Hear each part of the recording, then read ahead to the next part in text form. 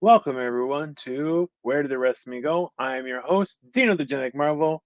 You can find me everywhere. This is a 30-day series of me discussing how I went from over 450 pounds to a modest 290 pounds, a little bit less, but counting downwards.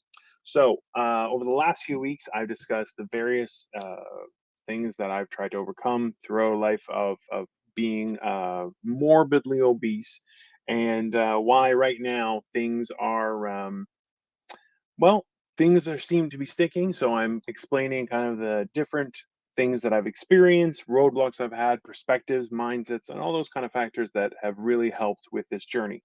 So that I did that for the first 15 days. Then we talked about food and how the role that that plays in what I was doing. And this week we're talking about fasting.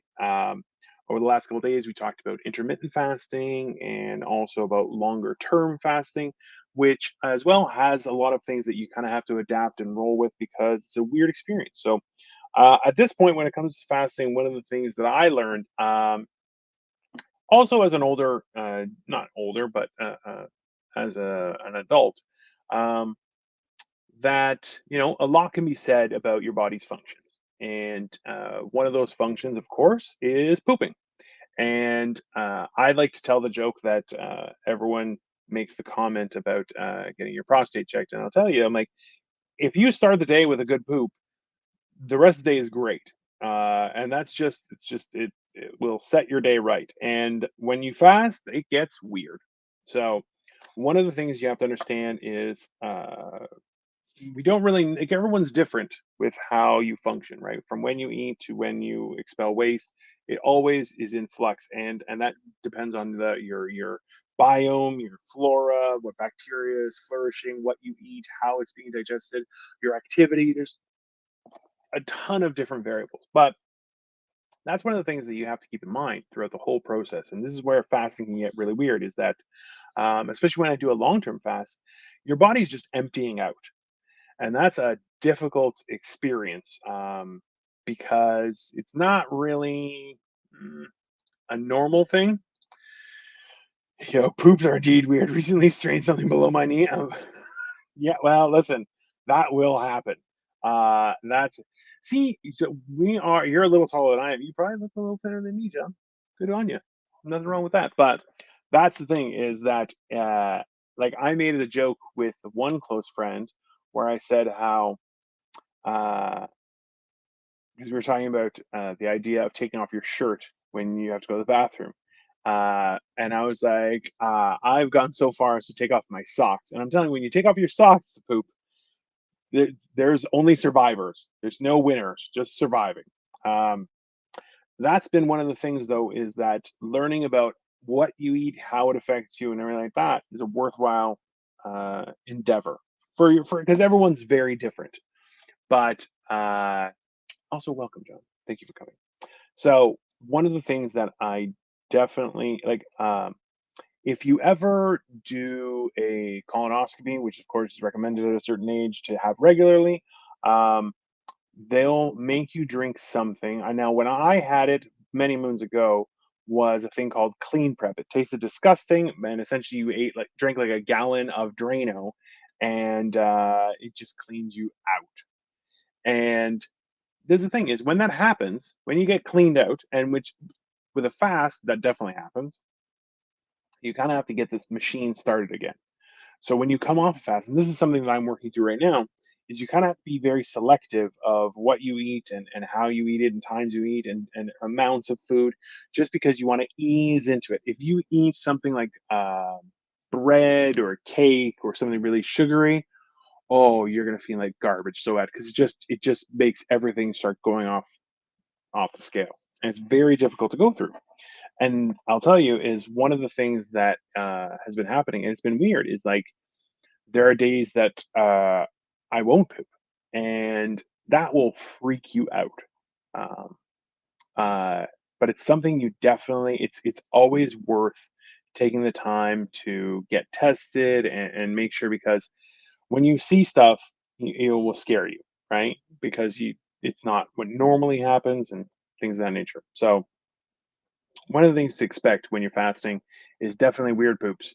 and that you strain. I'm still trying to figure out, John, how you would strain something below your knee because that's definitely going to hurt like a bastard. Um, but that's like one of those things where, like, even now, like I have a squatty potty, which is like a little stool thing that you put your feet on. So, because it's better if you have your knees higher when you poop. That's just an old person thing that I learned, right?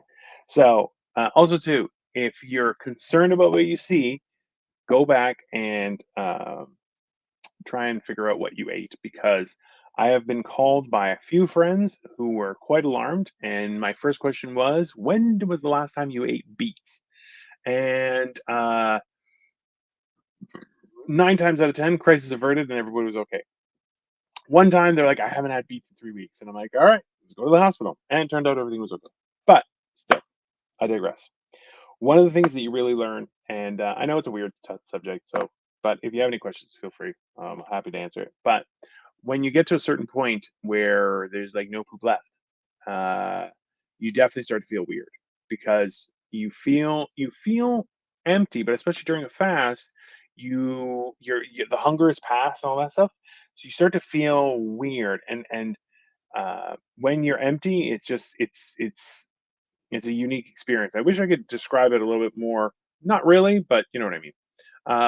It's more so that when you figure out how it works and how your body works, then you can kind of run through that path a little bit better. But that's also a learning experience. That's something is that you don't really expect it, and when it happens, it is a little bit terrifying.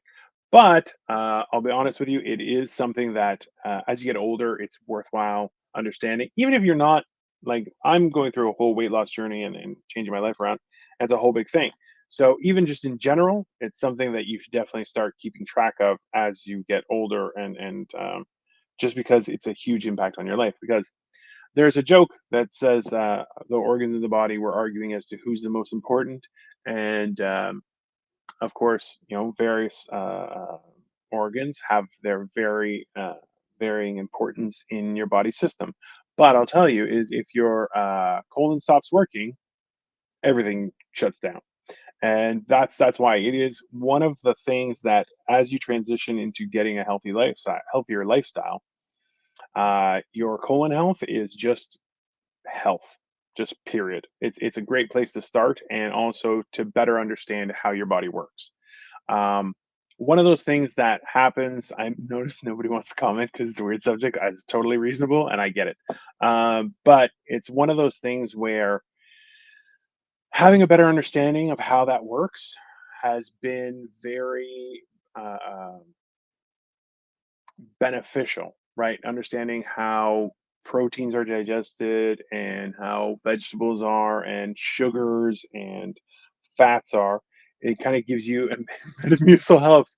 That's, you know what? I was fortunate enough that my wife was very kind, and for a lot of the time, um, she would make me a Metamucil first thing in the morning because, in all honesty, it just kind of helps everything move through. At this point now, things are working fine, but it's good. It's good for you to the point where it's a worthwhile investment because, like, you never know what's going to happen tomorrow, and you know, not having a good handle on that process will like it's only a matter of time before you have to be proactive about it. And a lot of people don't realize that um, is when you're not, uh, you're going to become a victim. And that comes back to the stuff I was talking about with regards to mindset and perspective is that there are certain things that either way are going to become something important. So the sooner you acknowledge it or try and understand it and work with it, the better it's going to be for you. But if you don't, then it's going to attack you out of the blue and it may be debilitating. And that's a horrible experience, but something that you can anticipate. And I'll tell you, um, being almost 500 pounds and trying to live normal is not, it's just not an impossibility, but just such a strong, unlikely series of events. And now where I have a better understanding of how I function. And remember, like I granted I'm an idiot, right? But I'm not. I can read, and I do read, and I listen to things, and I try and better understand, and I ask questions. The more that you more that you resist being healthy, the greater the day. Like, and I hate that because one of the things today I posted, John, was that I heard this was that not everything can be solved by a walk, but nothing is made worse by a walk as well. And or it's not yeah, not everything can be solved with a walk, but nothing is made worse by going for a walk. And I was feeling like I worked out early in the morning and I just wasn't feeling very energized. Right. So I finished my workout and I was like, you know what? I need to be outside. I went for a walk. And it wasn't even a long walk, it was just around my crescent. And damned if I didn't feel better afterward. And it just and I hate walking. I really do. I despise it. But also too now, my posture is better. My back doesn't hurt when I walk. My feet don't hurt when I walk. My legs don't hurt when I walk. My knees don't hurt when I walk. My hands don't hurt when I walk. All these things are factors. So by um, doing that, number one, it shows a level of discipline, which is what I'm definitely trying to display, but also that I'm prioritizing my body's well-being. And it's one of those things like when something is a priority, everything else kind of falls in place, right? And those that understanding of keeping things prioritized makes sense. Like there's a, um, a video going around recently where it's like, "Hey, what's most important in your life?" "Hey, Michael Bryan, thanks for showing up, buddy." Right? What's most important? People are like, "Well, what if you had $1 million?" And they're like, "Yeah, that'd be good. Yeah, super important. Money, success, whatever."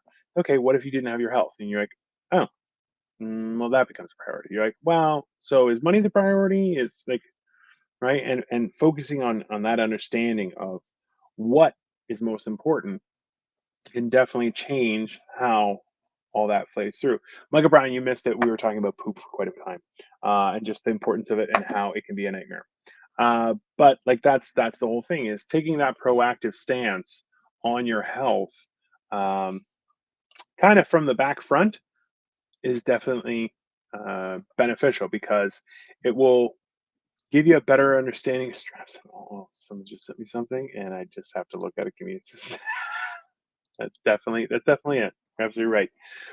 Um, but that's the whole idea is that taking that proactive stance on your existence has a huge role to play, and understanding that there are surprises when that stuff kind of happens will kind of better prepare you for the eventuality because understanding it and know and that's you can even there's a book that like I know there's one that's everybody poops, which is fine, but there's another one. um yeah, that's Michael Bryan. You had long COVID for a bit, right? And some other stuff. I lost my health and was hospitalized for 6 months. Trust me, money doesn't mean anything when you're not in control of your adult diaper. Pretty humbling, actually. That's exactly it, right? Is not having that.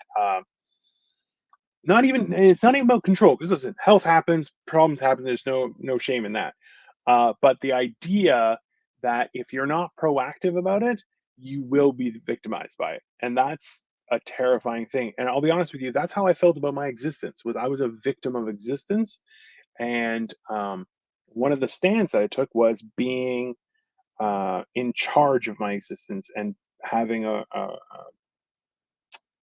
forward leadership role in my own existence was key to making those changes. So that is the knowledge I have for you today. I hope it was beneficial. We're going to continue talking about fasting and how everything kind of pieces together, and that way we can try and get some knowledge. But that will be enough for today. If you like this video, please like it, share, subscribe. The great thing is that you're kicking ass, and now I'm being proactive. Keep it up. That I appreciate that very much. Michael Bryan is like tiny and healthy, and he rubs it in my face regularly. No, he doesn't, but still. But that's the thing is, you're absolutely right. It's hey, being in charge of your own existence. I'm just letting it happen, and that's the thing is. But if you let it happen, then you don't have a say in what happens, right, Cole? Like that's the real difficulty. Damn, I missed it. Ah, well, hey, that's the whole idea. But definitely something to consider. So that's been it for me for tonight, guys. I will be back tomorrow with part 28. We are going to continue fasting, and I will give you a few tidbits of information that have helped me throughout this process. Thank you very much, Greg, for coming. I appreciate it greatly. And have a wonderful evening, and I will see you guys tomorrow.